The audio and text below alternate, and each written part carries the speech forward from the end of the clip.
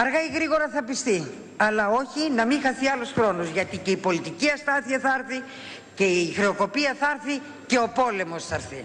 Άλλος χρόνος, γιατί και η πολιτική αστάθεια θα έρθει και η χρεοκοπία θα έρθει και ο πόλεμος θα έρθει.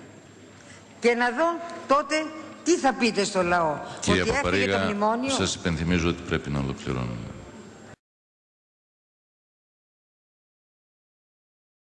Κυρία Πρόεδρε. Κύριοι της Νέας Δημοκρατίας και του ΠΑΣΟΚ, δεν υπογράψατε απλώς ένα μνημόνιο το οποίο οδηγεί το λαό σε βαθιά χρεοκοπία και ανοίγει το δρόμο για ακόμα μεγαλύτερη. Υπάρχουν και σελίδες που έχετε υπογράψει που δεν φαίνονται στο μνημόνιο που πήραμε. Και αυτό φαίνεται ολοκάθαρα από τις τοποθετήσεις που κάνει και ο κύριος Παπανδρέου και ο κύριος Σαμαράς, υπουργοί και τα λοιπά, συν τα γνωστά παπαγαλάκια τα οποία έχουν καταλάβει τις καρέκλες. Δεν ξέρω πότε διδάσκουν αυτοί οι καθηγητές. Όλη μέρα είναι στις καρέκλες της τηλεόρασης και λένε. Και έχετε υπογράψει ένα άλλο, λοιπόν, ένα άλλο μνημόνιο το οποίο λέει το εξής, ότι στην Ελλάδα δεν θα υπάρχει μόνο φθηνή εργατική δύναμη, πανφθηνή τζάμπα. Στην Ελλάδα θα εξασφαλίσουμε να μην γίνονται απεργίες, να μην γίνονται κινητοποιήσεις, να μην γίνονται διαδηλώσεις και να γίνει το Σύνταγμα μια μεγάλη υγειονομική ζώνη. Και ας μην νομίζει το κόμμα του κυρίου Χαρατζαφέρη ότι επειδή δεν υπέγραψε, έχει υπογράψει αυτό το μνημόνιο 10 φορές. Τι είπε, γιατί δεν υπέγραψε το μνημόνιο? Είναι ο γνωστός λαγός του συστήματος. Δεν το υπογράφω, λέει, λόγω του κομμουνιστικού κινδύνου. Γιατί έτσι θα ξεσηκωθεί ο λαός. Δεν το υπέγραψε γιατί δεν αντέχει να υποφέρει ο λαός, αλλά γιατί πιστεύει ότι μπορεί να δώσουν ένα κερασάκι στο λαό και να πάψει να αγωνίζεται. Έχετε δεσμευτεί, και αυτό φάνηκε πολύ καλά και σήμερα το απόγευμα, κυριολεκτικά βούλιαξε η Αθήνα, παρά τον κακό καιρό, παρά τις καταιγίδες και παρά το ότι έβρεκε τις περισσότερες ώρες. Και έρχεται ο κύριος Βενιζέλος, ή δεν θυμάμαι ποιος δικαιολόγησε αυτή την φοβερή χρήση δακρυγόνων, κρότου, λάμψης, δεν ξέρω τι ακριβώς ήταν που έγινε, γιατί λέει υπήρχαν 50 κουκουλοφόροι. Και ακριβώς αυτό είναι το σχέδιο, αυτό είναι το σχέδιό σας. Η υγειονομική ζώνη, καταρχήν το Σύνταγμα. Οι τρόφιμοι, οι κύριοι που είναι στη Μεγάλη Βρετάνια, στο King George, δεν ξέρω πώς τα λένε τα άλλα ξενοδοχεία, να θεωρούν ότι στην Ελλάδα υπάρχει ανοχή. Όχι μόνο υπάρχει ανοχή, υπάρχει και συμφωνία. Και το μεγαλύτερο μέρος των κουκουλοφόρων, ο βασικός πυρήνας, είναι δικοί σας μηχανισμοί. Καθαρά πράγματα. Και αυτοί οι μηχανισμοί δεν μπορούν να λειτουργήσουν όταν υπάρχει 200.000 κόσμος και δεν υπάρχουν ΜΑΤ. Ακριβώς ήταν τόσος ο κόσμος σήμερα από την Ομόνοια στο Σύνταγμα και από το Σύνταγμα στην Ομόνοια που δεν χρειαζόταν καμία περιφρούρηση από τα σώματα ασφαλείας, από τα ΜΑΤ. Καμία περιφρούρηση. Οι 50 κουκουλοφόροι δεν θα έκαναν τίποτα στο Σύνταγμα. Αυτά τα κάνουν όταν υπάρχουν ΜΑΤ και όταν υπάρχουν τέτοιοι μηχανισμοί που θα λειτουργήσει ο σχεδιασμός. Και δεν θα παρασύρονταν ενδεχομένως και παιδιά που νομίζουν ότι με το να ρίξουν ένα μολότοφ στον αστυνομικό ρίχνουν το σύστημα. Αυτό είναι το κυριότερο και το έχετε πει 100.000 φορές. Για να γίνουν επενδύσεις δεν πρέπει να παλεύει ο κόσμος. Πάρτε υπόψη, εσείς το ξέρετε και γι' αυτό κινδυνολογείτε. Ξέρετε πάρα πολύ καλά ότι η σύνθεση των διαδηλωτών των συγκεντρωμένων, η κοινωνική σύνθεση είναι διαφοροποιημένη σε σχέση με τα προηγούμενα χρόνια. Τροφοδοτείται το νέο ανερχόμενο κίνημα, και αυτό αν θέλετε είναι το δυναμικό στοιχείο, πριν από όλα από τα εργοστάσια και τους τόπους δουλειάς, από αυτούς που πραγματικά νιώθουν την εκμετάλλευση στο πετσί τους, από τη φτωχολογιά, και έρχονται στις κινητοποιήσεις και αυτοί που φοβόνται ακόμα και δεν τολμάνε να απεργήσουν. Και ξέρετε πάρα πολύ καλά, δεν φοβάστε γενικά ένα κίνημα, φοβάστε ένα κίνημα που έχει ταξικά χαρακτηριστικά. Το τρέμετε. Τα σημερινά γεγονότα ήταν μέσα στο σχεδιασμό σας. Αυτό είναι καθαρό. Αλλά ξέρετε κάτι, εμείς δεν έχουμε να αποθέσει τα πάντα στο Σύνταγμα. Εμείς θα αποθέτουμε στα εργοστάσια, στους τόπους δουλειάς, στους κλάδους, στους δρόμους που έχουν τα μικρομάγαζα, στις λαϊκές γειτονιές, στα χωριά που υποφέρουν. Και ελεύθερη και υγειονομική ζώνη να κάνετε το Σύνταγμα, το κίνημα δεν πρόκειται να σταματήσει. Άλλωστε δεν είναι η γεωγραφική διάταξη των δυνάμεων που καθορίζει και την νίκη. Το κυριότερο, προσπαθείτε κυριολεκτικά να αλώσετε το μυαλό των ανθρώπων που υποφέρουν της φτωχολογιάς με μια πρωτοφανή, θα έλεγα, ιδεολογική τρομοκρατία. Με συγχωρείτε, δεν σας ταυτίζω, αλλά ο Γκέμπελς θα τη ζήλευε. Έρχεται η μεγάλη χρεοκοπία. Πού τα λέτε, στο χρεοκοπημένο λαό? Όχι, εμείς δεν ενδιαφερόμαστε για μια σωσμένη Ελλάδα με χρεοκοπημένο λαό. Να ξεκαθαρίσουμε το εξής. Και επιπλέον, αυτό αποδεικνύει ότι θέλετε να τσακίσετε το κίνημα γιατί έρχονται τα χειρότερα. Τις τελευταίες μέρες ακούμε, εάν θα γίνει χρεοκοπία θα γίνει εμφύλιος. Τη δημοκρατία της Βαϊμάρης θυμήθηκε ο κύριος Σαμαράς στη συνεδρίαση της κοινοβουλευτικής ομάδας. Θέλετε να συζητήσουμε και αυτά? Για ποιο εμφύλιο μιλάτε? Αν θέλετε να μιλήσουμε, και υπόθηκε 46-49, η ΝΕΤ σκίζεται κάθε μέρα. Όλα δεκεμβριανά εμφύλιος, δεκεμβριανά εμφύλιος. Η κρατική τηλεόραση έχει βγάλει από το ντουλάπι μέχρι και τις αγγλικές ταινίες της περίοδου του ψυχρού πολέμου. Θέλετε λοιπόν να σας πω για τον εμφύλιο? Μα έχει βγει δίδαγμα. Αν τον κάναμε το συμβιβασμό, το 44, το ΕΑΜ, το ΚΚΕ, τον απαράδεκτο συμβιβασμό, τον κάναμε. Λίβανος, Γκαζέρτα, Βάρκιζα. Μα μήπως μας σεβαστήκατε? Όχι εσείς οι ίδιοι, αλλά οι προγονείς σας. Μήπως μας σεβαστήκατε? Αν δεν θέλετε, όταν κάνει ένα συμβιβασμό πρέπει να τον πατήσετε στο λαιμό, να εξαφανιστεί. Δεν είδα να σεβαστείτε τον συμβιβασμό που κάναμε. Και μακελεύατε τους κομμουνιστές και μακελεύατε τους αγωνιστές της Εθνικής Αντίστασης. Γιατί υπήρχε και το αίσθημα της ανοχής. Πού ήταν τα κόμματα εξουσίας εκείνης της περίοδου? Πού ήταν οι περιώνυμοι πολιτικοί που αργότερα αποκαλύφθηκαν και ονομάστηκαν γέροι της δημοκρατίας, ευπατρίδιδες κτλ. Στο Κάιρο, στην Αλεξάνδρεια, στο Λονδίνο, από εδώ και από εκεί. Ευτυχώς δεν είχαμε το ρεαλισμό, αυτό που σηκώθηκαν και έφυγαν και άφησαν το Τζολάκογλου, το Λογοθετόπουλο και το Ράλι. Λοιπόν, έχουμε βγάλει και εμείς συμπεράσματα. Έτσι κι αν κάνεις λίγο να ρίξεις νερό στο κρασί σου, δηλητήριο θα σου δείξουν. Ποιοι μιλάνε για τον εμφύλιο και ποιοι μιλάνε για λουτρό αίματος?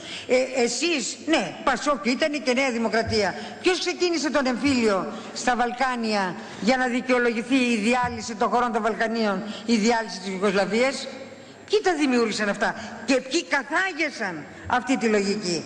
Κανένας λαός δεν ξεκινάει εμφύλιο από μόνος του. Ούτε πόλεμο ούτε εμφύλιο. Πείτε μου έναν πόλεμο και έναν εμφύλιο που ξεκίνησε δίχως την παρέμβαση των υπεριαλιστών. Επομένως, γιατί τρομοκρατείτε το λαό? Οι τρομοκράτες τρομοκρατούν, αυτό είναι. Όσο για τη δημοκρατία της Βαϊμάρης που θυμήθηκε ο κύριος Σαμαράς, κοιτάξτε να δείτε, θα έπρεπε να ευχαριστήσετε τη σοσιαλδημοκρατία. Ούτε μια ούτε δυο φορές έκανε τη βρώμικη δουλειά για λογαριασμό της δικής σας τάξης. Θέλετε να απαντήσουμε και στην ιστορία? Όχι, έτσι είναι. Είναι απαράδεκτο. Αν δεν ψηφιστεί το μνημόνιο θα έχουμε φασισμό στην Ελλάδα. Φασισμό στην Ελλάδα ήρθε όταν το εργατικό κίνημα ήταν αδύνατο. Ήταν αδύναμος ο λαός και όταν δεν παρενέβαινε ο λαός σε συνθήκες φτώχειας. Έτσι πάτε να υφαρπάσετε την ψήφο, την ανοχή και το φόβο του λαού. Αν είτε να σώσετε την Ελλάδα, γιατί χρειάζεται τέτοια τρομοκρατία? Κοιτάξτε να δείτε, εμείς δεν αγνοούμε τους κινδύνους που απειλούν το λαό στην πορεία. Και δεν, γιατί από την μια μεριά ο λαός δέχεται ισχυρές δόσεις τόνους τρομοκρατίας και αρκετές δόσεις φρούδων ελπίδων. Ότι μόλις γίνουν οι εκλογές μπορεί να έρθει μια κυβέρνηση της αριστεράς, να έρθουν τα πάνω κάτω, η Τρόικα είναι κάποιοι υπαλληλίσκοι τρίτης κατηγορίας, η Μέρκελ και ο Σαρκοζή τι είναι? Με ένα φου το πολιτικό σύστημα ανατρέπεται. Όχι, δεν ανατρέπεται με ένα φου. Ούτε μέσα από την εκλογική μάχη την επικείμενη. Γιατί όποια κυβέρνηση και να βγάλει, τι θα κάνει? Θα πάει, λέει, να χτυπήσει το χέρι στη Μέρκελ και στο Σαρκοζή. Σιγά.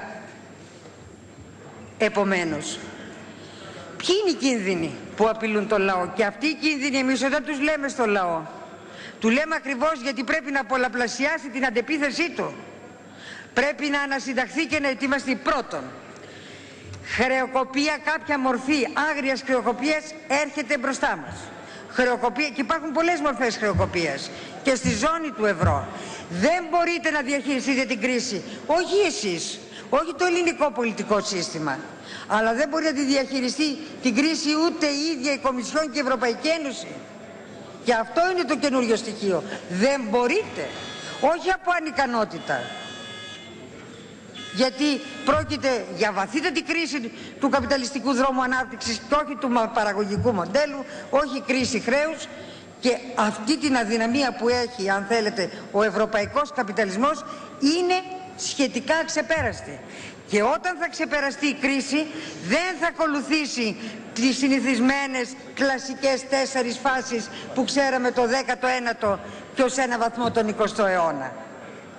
Δεν έκανε το μνημόνιο την ύφεση. Το μνημόνιο δεν ήρθε για να φέρει την ανάπτυξη. Το μνημόνιο ήρθε για να δημιουργήσει τις προϋποθέσεις, το 1, το 2, το 3, ούτε αυτό θα φέρει την ανάπτυξη. Να δημιουργήσει τις προϋποθέσεις της πάμφθινης εργατικής δύναμης. Ναι, δεν ανεβαίνει η ανταγωνιστικότητα της Ελλάδας μόνο από τη φθηνή εργατική δύναμη. Αλλά δίχως πάμφθινη εργατική δύναμη δεν υπάρχει στοιχειώδης κερδοφορία. Πώς να το κάνουμε? Η κρίση του καπιταλισμού κλασικά είναι. Δεν έφερε αυτή την κατάσταση το μνημόνιο. Το μνημόνιο έφερε τη φτώχεια του λαού. Δεν ήταν για την ανάπτυξη. Το μνημόνιο πέτυχε. Αλλά έχετε κάθε συμφέρον, όλες οι πτέρυγες της Βουλής, να λέτε ότι έφταιγε το μνημόνιο. Ήταν λάθος η συνταγή. Η συνταγή ήταν ταξική. Δεν ήταν λάθος. Πώς εκδηλώνει την κρίση του καπιταλισμού? Κρίση σημαίνει πτώση, κάθετη πτώση της παραγωγής. Κάθετη. Και στην Ελλάδα μόλις το 8 ξεκίνησε η κρίση. Με ρυθμούς ανάπτυξης 5%, 5,5%. Δεν μπορούσε μέσα σε ένα χρόνο να λήξει η φράση της κρίσης. Τραβάει. Ούτε. Και λέτε ότι έχουμε ύφεση. Κρίση. Και η κρίση δεν είναι μόνο έτσι όπως παρουσιάζεται στην αγοραστική ικανότητα των εργαζομένων για να πείτε ότι είναι μόνο αυτό το ζήτημα. Η κρίση έρχεται σε κλάδους που παράγουν κεφαλαιοκικά αγαθά. Και η ανάκαμψη δεν έρχεται έτσι εύκολα που προγραμματίζεται από τη δική σας άποψη. Δεύτερο, έρχεται ύφεση, στασιμότητα. Η ανάκαμψη με ρυθμούς. Ο καπιταλισμός στον 19ο ακόμα αιώνα, η ανάκαμψη ήταν με ρυθμούς πολύ λιγότερους από ό,τι ήταν πριν. Και η αναζωογόνηση μετά. Τώρα τα καινούργια στοιχεία δείχνουν ότι αναζωογόνηση δεν θα έχετε ούτε στην Ελλάδα ούτε στην Ευρώπη. Παρακολουθώ την ώρα. Σε όλους χαρίσατε κάτι. Ναι. Αναζωογόνηση δεν θα έρθει, και ακόμα και αν έρθει η αναζωογόνηση θα χτυπήσει νέους κύκλους κρίσης. Επομένως, τι πρέπει να φοβάται ο εργαζόμενος? Η χρεοκοπία έρχεται. Άρα πρέπει να μην φοβάται κάτι που δεν εξαρτάται από αυτόν που θα έρθει. Από αυτόν εξαρτάται η αντεπίθεσή του, η ανατροπή όχι απλώς του πολιτικού συστήματος, ολόκληρου του κοινωνικο-οικονομικού, αλλά τουλάχιστον, αν δεν είναι όριμος ακόμα γι' αυτό, η πολιτική ρήξης. Ένα αυτό. Δεύτερο, δεν πρόκειται, ό,τι και να κάνει η Ελλάδα, δεν πρόκειται να καταργηθεί η ανισόμετρη ανάπτυξη. Δεν υπάρχει σε καμία περιοχή της γης, αλλά και εκεί που είναι οργανωμένες ή με συμφωνίες οι χώρες, δεν υπάρχει ισόμετρη ανάπτυξη. Το χάσμα ανάμεσα και με πιο αναπτυγμένη την Ελλάδα, το χάσμα θα υπάρχει.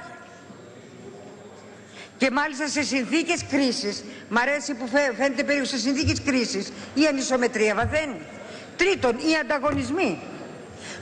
Πάρτε την περίοδο από το 19ο αιώνα. Ναι, χρειάζεται και λίγο ιστορία. Πώς ξεπέρασε ο καπιταλισμός την κρίση, όταν ακόμα ο καπιταλισμός είχε δυνατότητες και σοβαρά περιθώρια ανάπτυξης και ταχύτατης αναζωογόνησης? Πώς θα την αντιμετώπισε? Και με πόλεμο, με αστικές επαναστάσεις το 19ο αιώνα για να τελειώσει ο συμβιβασμός με τη φεουδαρχία, και με πόλεμο. Επομένως, εμείς λέμε στο λαό το εξής πράγμα. Η βαθιά χρεοκοπία θα έρθει με ευρώ ή με δραχμή. Δεν μπορούμε να προδικάσουμε. Δεύτερο, η ανταγωνιστικότητα, ακόμα και να αναπτύξει την ανταγωνιστικότητά της η Ελλάδα, οι άλλες χώρες θα την αναπτύξουν πιο πολύ. Άντε το πολύ πολύ να ανέβει 2-3 σκαλοπάτια.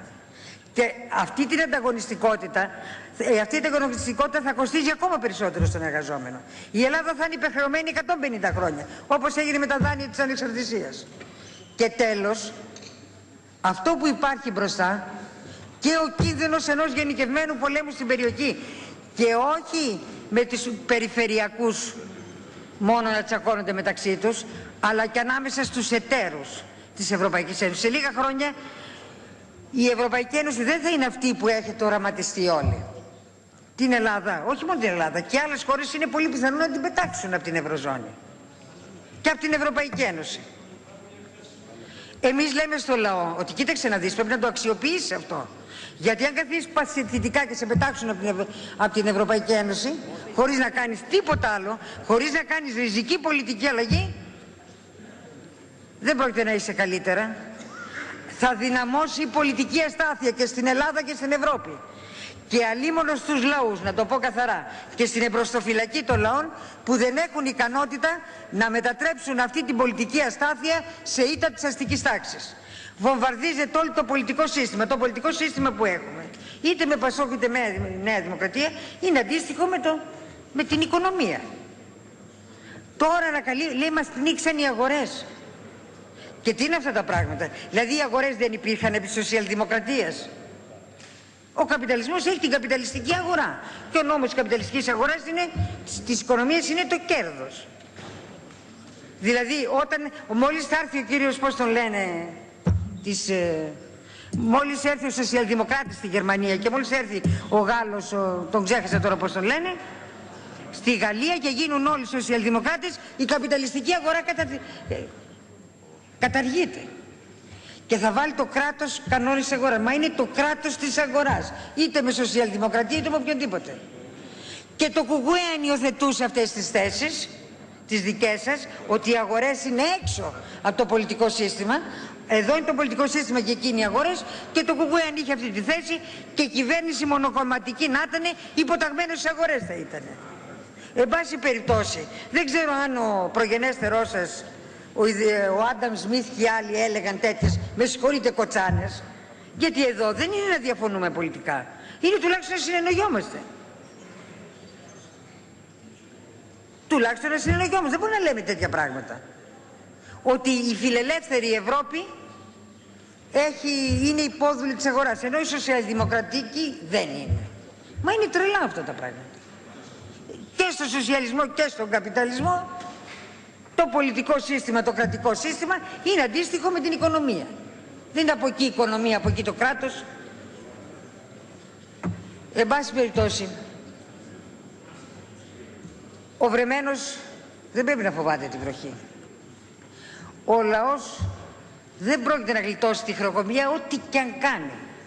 Ακόμα και αν δεχθεί ο λαός να δουλεύει χωρίς αμοιβή για 1, 2, 3 χρόνια, πρώτα και τους μισθούς τους να σας δώσει, δεν πρόκειται να αντιμετωπίσει ούτε την ανισομετρία, ούτε το πρόβλημα της ανταγωνιστικότητας που λέτε εσείς, ούτε τίποτα.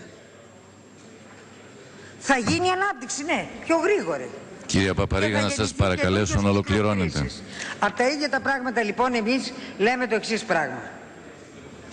Τώρα το θέμα βρίσκεται στα χέρια του λαού η ευθύνη.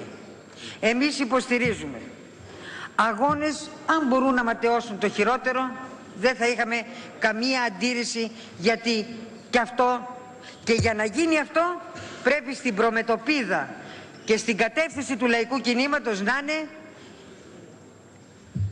η διαδοχή αυτού του πολιτικού συστήματος με το πολιτικό σύστημα της εργατικής λαϊκής εξουσίας. Αποδέσμευση και μονομερής διαγραφή του χρέους. Δεν υπάρχει άλλη λύση για το λαό.